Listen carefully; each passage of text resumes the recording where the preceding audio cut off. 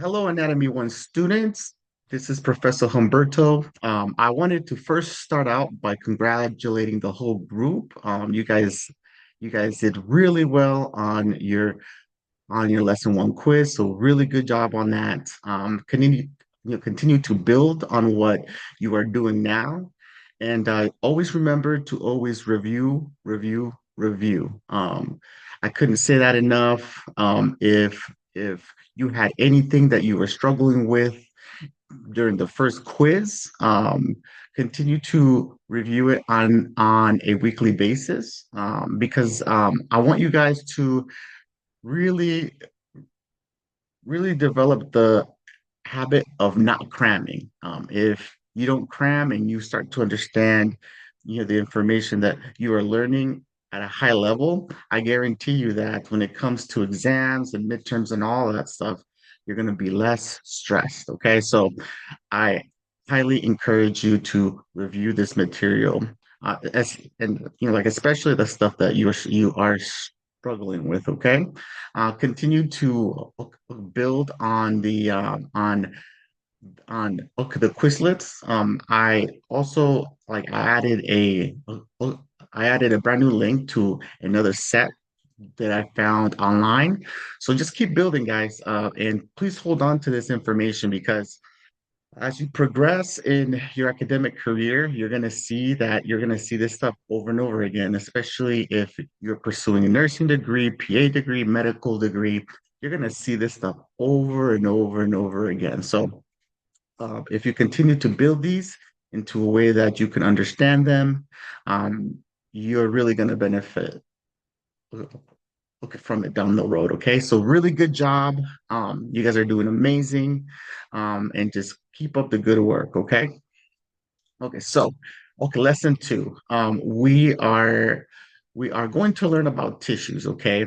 And I wanted to focus more on the connective tissue aspect because it is really a broad, how do I say it, list of of of of, of tissues that are like under the umbrella of connective tissue. And in reality, connective tissue is really the type of tissue that we have throughout our body. It's the number one type of tissue. And so it really, if I could put it really simple, um, it's it's it's really like a soup.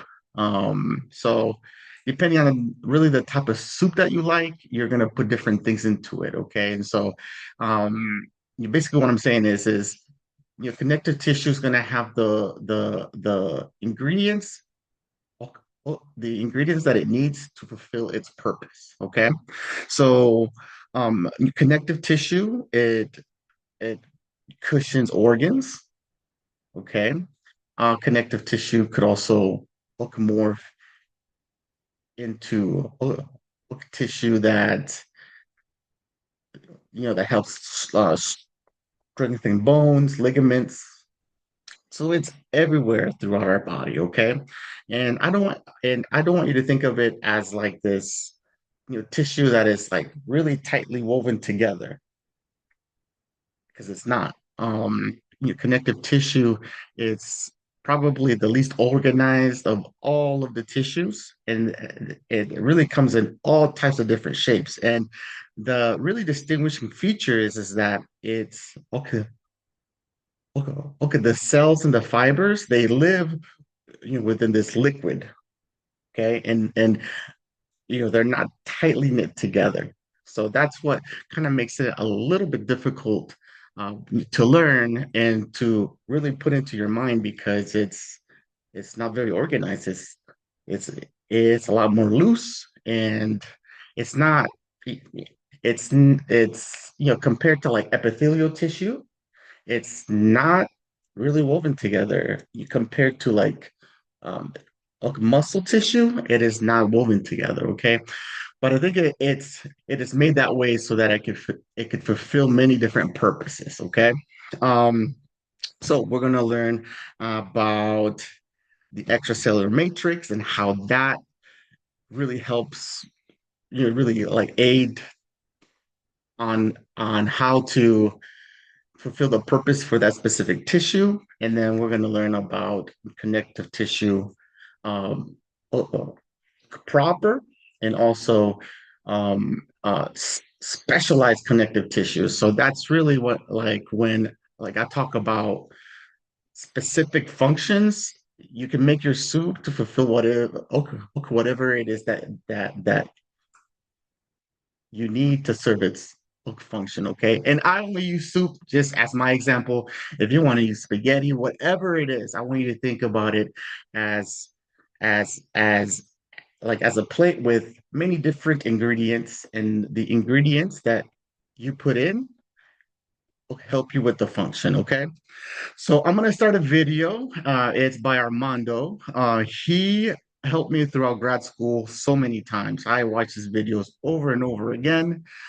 When it came down, to anatomy and to also just learning about disease states. And one more thing that I wanted to add, guys, is that if we become really proficient on being able to look at what is normal, like inside the human body, we're going to be even better um, pulling out and recognizing pathology. So when things go wrong, what does that look like? Okay, so I want all of these ideas to become concrete in your brain so that when you move on to higher level of anatomy or like any type of pathology or basic science classes, I really want you to be able to recognize what is normal and then when things go bad, okay?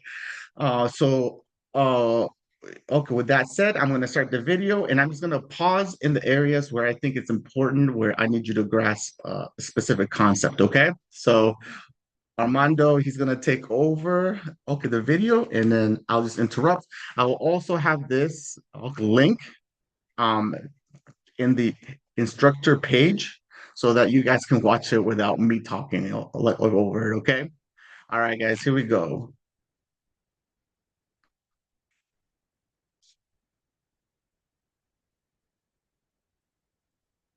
Hello, in this video we're going to talk about connective tissues. Connective tissue serves as the structural framework of the body, linking, separating, and providing support to other tissue types. All right, guys, so here, okay, these are the main functions of what you know, connective tissue does. And so if connective tissue, if it was if it was built all of the same way, it wouldn't be able, to do like all the functions as far as linking muscles, okay, to bone, okay, separating, okay, providing support and protection to the organs. If it was all the same type of cell, it would not be, really good at, or excuse me, if it was the same cell structure or okay, tissue structure, it would not do a good job in being able to do all of the jobs as far as linking, separating, and support. It is unique among tissues because its cells are dispersed within an extracellular matrix, ECM, that is more loosely organized than in other tissues, such as the muscle or epithelial. The extracellular matrix consists of a fluid compartment that surrounds the cells.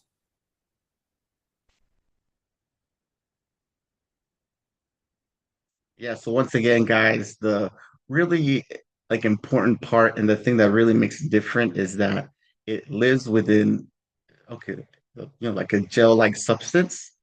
Look, for the most part, depending on its purpose, it's going to change a little bit more, but it really does live in this, bowl of soup thing.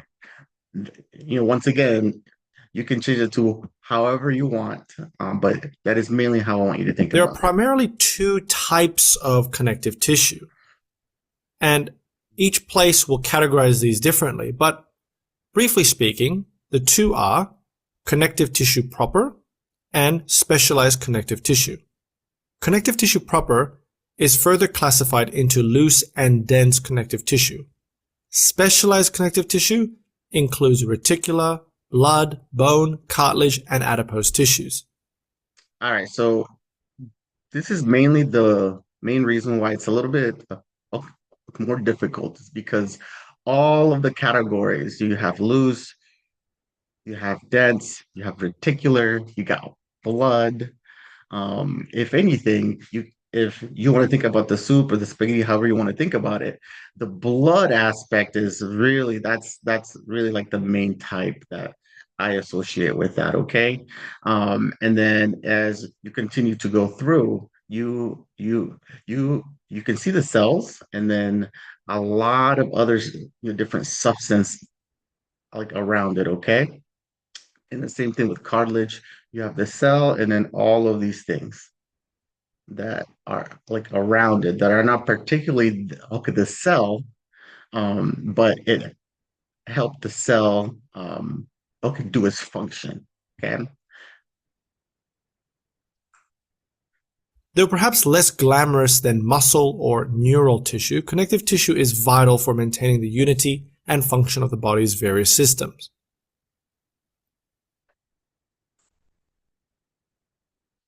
So let's look at the components of what make up a connective tissue. Connective tissue comprises three key elements: the cells, ground substance, and fibers, all of which form the extracellular matrix.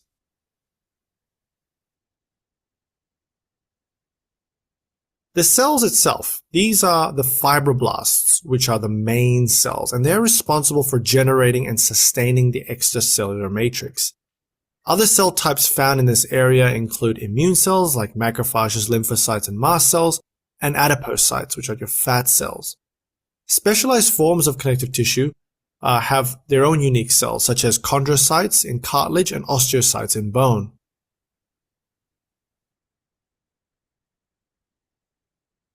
Now, ground substance, which is the other part of connective tissue, this is like a gel-like medium, which facilitates hydration and nutrient diffusion. It contains water, proteoglycans, glycoproteins, and glycosaminoglycans. Now, the fiber is the other important part of the extracellular matrix together with the ground substance. The fibers are what is produced by the fibroblasts, the cells, the main cells in connective tissue. There are three fiber types: collagen, elastic, and reticular fibers, each contributing distinct properties to the tissue. Collagen is the most abundant and it is tough. Elastic fibers allows for stretching and recoil, whereas reticular are quite strong and rigid as well. All right, yeah, so let's actually think about this, right? So we have connective tissue, and connective tissue does okay, many different jobs. Okay, so I want you to pause and think about, okay, so what, you know, okay, what type of things in our body require you, okay, to be a little bit more like elastic and need recoiling? I want you to take like a couple of seconds to really think about what are some things that you know about that really require that. Okay. Um, okay, one thing that I can think about is your blood vessels. So, your veins and your arteries. So those require to be a little bit more stretchy because you need it to, being able to tense up okay, once, so that blood can return back to the heart. Okay. And then I want you to think about tissues in our body that is tough. Okay. So kind of think about that. What are some things that we need in our body that require a little bit more toughness and perhaps a little bit of flexibility? Yeah. So you think about um your ligaments, your ligaments um they are required to be really tough because you're putting them through immense amount of stress at your joints. And so it needs to be strong and also flexible, but okay, okay, but mainly strong because we don't want our arms to hyperextend that way. And so if they're not strong, then we're gonna be falling all over the place, not being very coordinated because we'll just be way too loose. And then okay, then okay, reticular. fiber that's really strong and rigid. So that's the stuff that you find in, your cartilage in between the vertebral column. You see the little discs. That is what we're talking about there, okay? Now let's talk about the two types of connective tissue, beginning with connective tissue proper.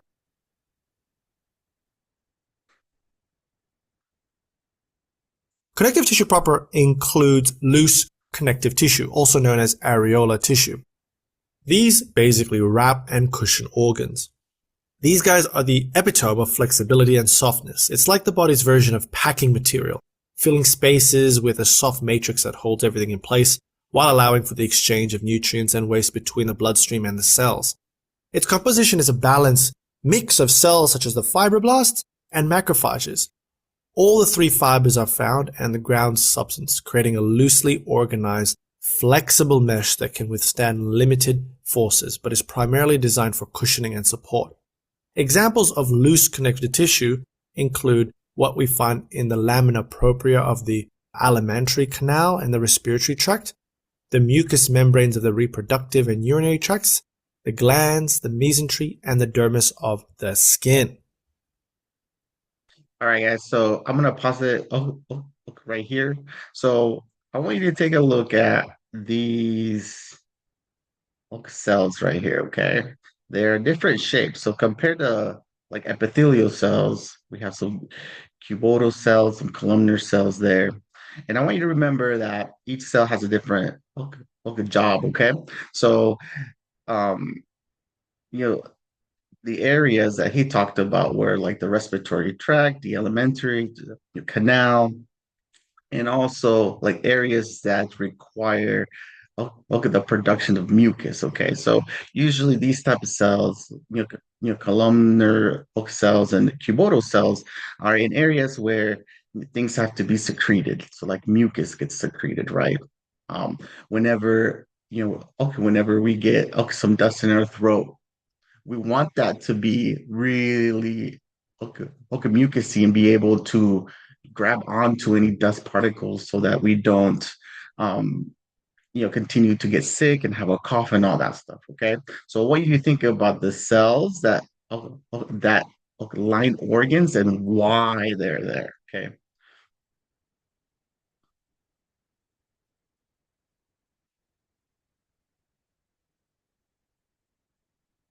Next is dense connective tissue, which is again another type of connective tissue proper. Dense connective tissue, in stark contrast, dense connective tissue is the body's equivalent of reinforced concrete. It's tougher, more compact, and designed to handle stress and strain. It's comprised predominantly of collagen fibers, densely packed together, and this tissue type gives tendons and the ligaments their incredible tensile strength, enabling them to withstand the rigorous demands of movement and support. The extracellular matrix is densely packed with collagen fibers. Based on the arrangement of the fibers, there are two subtypes of dense connective tissue. These are dense regular and dense irregular. Dense regular connective tissue has the collagen fibers aligned parallel to each other. This arrangement provides the tissue with high unidirectional resistance to stress. The best dense regular connective tissue example are your tendons and ligaments. Dense irregular connective tissue has collagen fibers randomly interwoven, forming a three-dimensional network resistant to distension in all directions. It is usually located in the capsules of joints and walls of organs. All right, guys. So really, really good example of co- you know of connective tissue doing different jobs. Okay, so we have the dense regular, right, which is more on you know your tendons and ligaments. You want those to be traveling in the same direction because you are trying to move things, you're trying to support things that are okay, that are directional, right? So um if if you had tissue that is not going in the same direction, um, you would be less flexible. Okay, so the benefit of the dense regular is that they are moving, together, and they are all aligned because we want to have that type of strength, whereas dense irregular, it's really going all over the place, and it's not as flexible and as strong as your dense regular. So imagine flipping these, and think about how flipping them would like alter their function, okay? Because these things are very specific to what they have to do as far as their job. So those were the connective tissue proper. Let's look at the specialized connective tissue, beginning with reticular connective tissue. This type of connective tissue forms supportive framework of organs such as your lymph nodes, spleen, and bone marrow. It's characterized by a network of fibroblasts, specifically reticulocytes, as well as reticular fibers. These are the specific type of fiber. Hey guys, I also want you to think about the word blast, okay? You're going to run into this a lot. So I want you to think as blast as builders. So B, fibroblast is to build. So those are the cells are going to help you with homeostasis and being able to keep the tissue working because they like to build. Okay, they like to build, build, build, build, build. So think about that. And then it's going to talk about fibroclast, which I always associate with clobber. So you're breaking things down. And the really good thing about that is that in order to maintain homeostasis, you have to be able to break down to build back up stronger. Okay. And that happens in our bones, and that happens, with our muscles. And it also happens with our immune system as he continues to talk about the lymph nodes and also the spleen and also the bone marrow. All of these things require cells that break down, and then also cells um, uh, that grow healthy cells to for it to do its purpose. Reticular connective tissue supports other cell types, specifically white blood cells, and that is why they are found predominantly in these organs and sites where we find a lot of white blood cells, such as your lymph nodes and your spleen.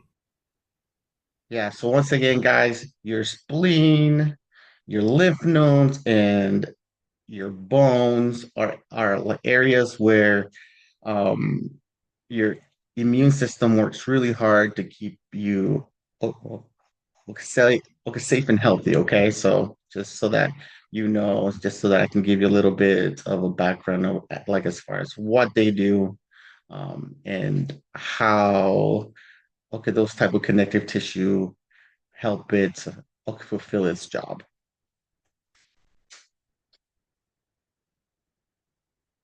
Next is adipose tissue, which is a specialized connective tissue. Essentially, it is body fat.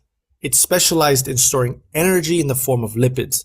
Beyond energy storage, adipose tissue also provides insulation, protection, and serves as an endocrine organ, releasing hormones that regulate metabolism.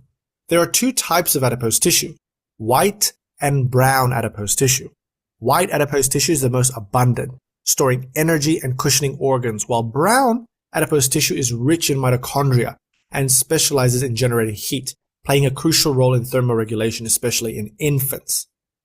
Reticular connective tissue and adipose connective tissue has also been classified as loose connective tissue, which is a part of connective tissue proper, but we've separated that into its own category.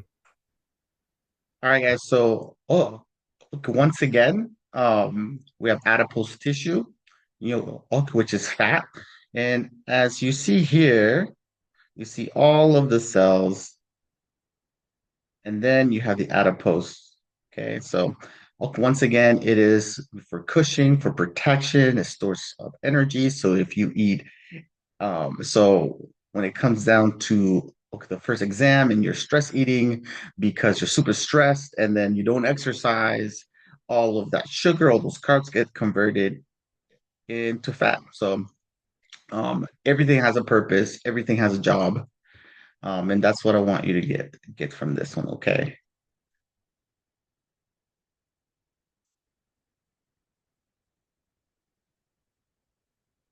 Then you have cartilage, which is also a connective tissue. But unlike other connective tissues, cartilage is avascular, meaning it lacks blood supply. And it relies on diffusion through the matrix to receive nutrients and remove wastes. This feature, combined with its unique extracellular matrix rich in water and specialized fibers, allows cartilage to absorb shock and reduce friction in joints. Hey guys, let me go back a little bit here. So it's avascular, right? So I want you to pause and think about what is the disadvantage?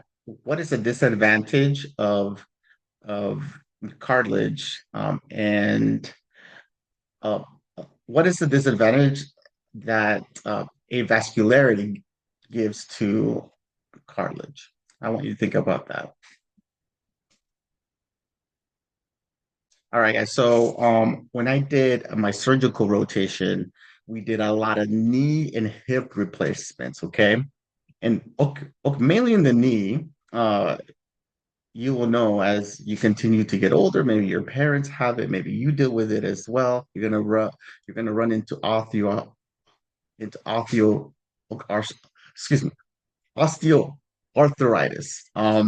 So eventually, as we get old, or if you're an athlete, you put a lot of wear and tear, you are going to run out of cartilage, okay? And so to answer the question that I asked is that if we were to have blood supply to your cartilage, you would be able to regenerate it.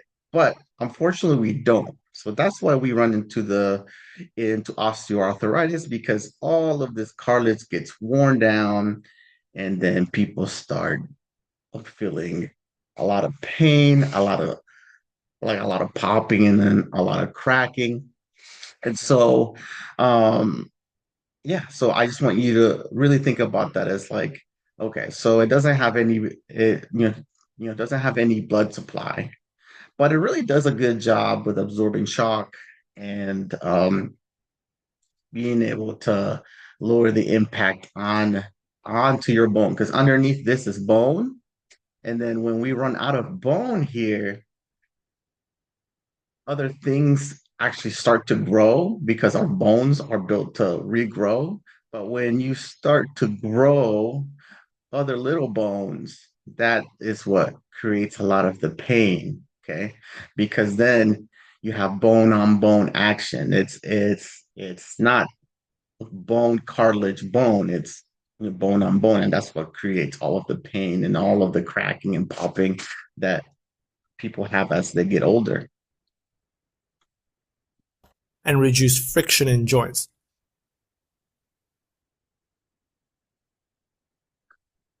Cartilage comes in three main types.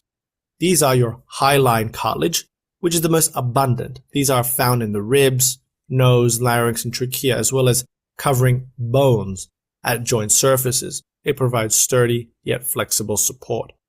Elastic cartilage contains a high concentration of elastic fibers, giving it enhanced flexibility found in structures that require bending like the ear and the epiglottis.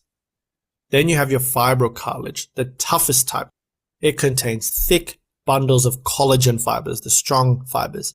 It is found in areas subjected to heavy pressure and stretch, such as the intervertebral discs, the meniscus of the knee, and the pubic symphysis.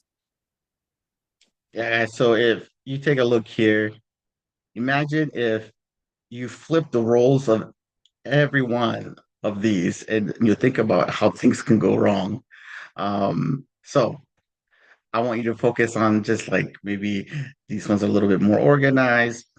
These ones are a little bit more like organized, kind of little like a little bit more packed together in their job and their function. Okay, and why is it made that way?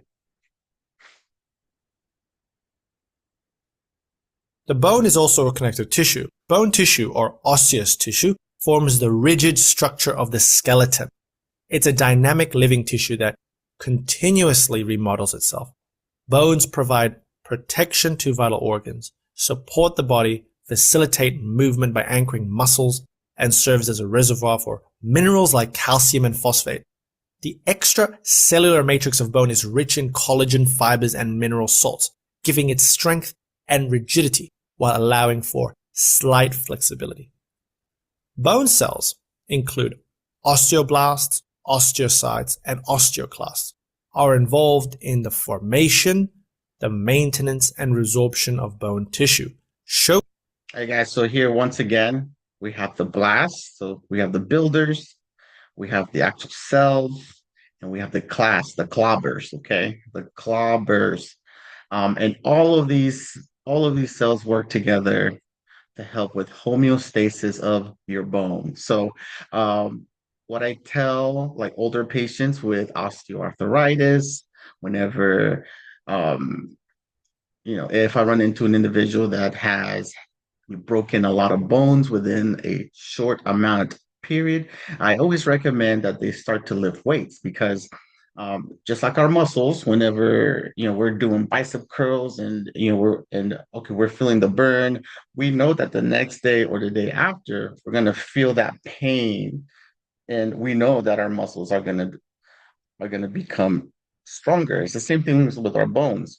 If we put our bones into a lot of stress, into a lot of pressure, and we lift weights, it's going to force the bone to to okay to class to break down. Then all of that gets absorbed, and then the osteoclasts come in and they form stronger bones. Okay, so if you ever run into a patient that you know they're just breaking bones left and right and they're older, you always tell them, hey, make sure that you are doing resistance training so that your bones can get stronger. Okay, and that's obviously outside of the taking your calcium, taking your vitamin D as well to be able to um, to make strong bones. showcasing the tissue's dynamic nature in growth and healing.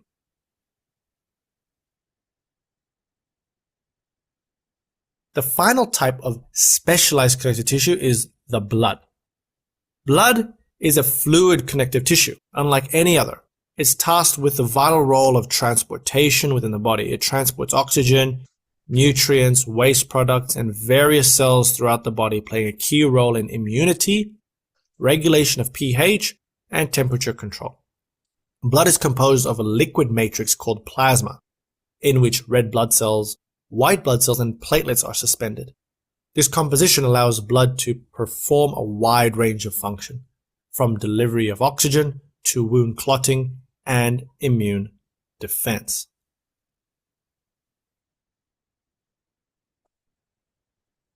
So in summary, each type of connective tissue, with its unique composition and arrangement of cells, fibers, and ground substance, plays a crucial role in the body's structure and function, highlighting the interconnectedness and complexity of bodily systems. We divided connective tissue into two broad types: connective tissue proper and specialized connective tissue, which include a whole lot, include bone, cartilage, blood, and even adipose tissue. Thank you for watching. All right, guys. So I hope that gave you a good foundation, to go off of. Well, look, once again, really good job on the first quiz. Please take this momentum onto the second quiz.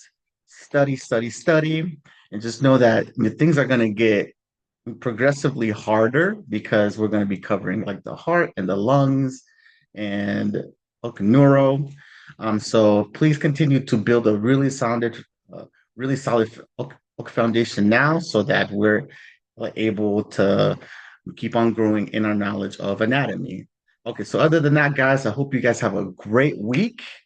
Good luck and enjoy your weekend. Get some sleep, go eat some snacks, go exercise, go do the things that make you happy. Okay. Aside from that, we'll see you guys on the next video.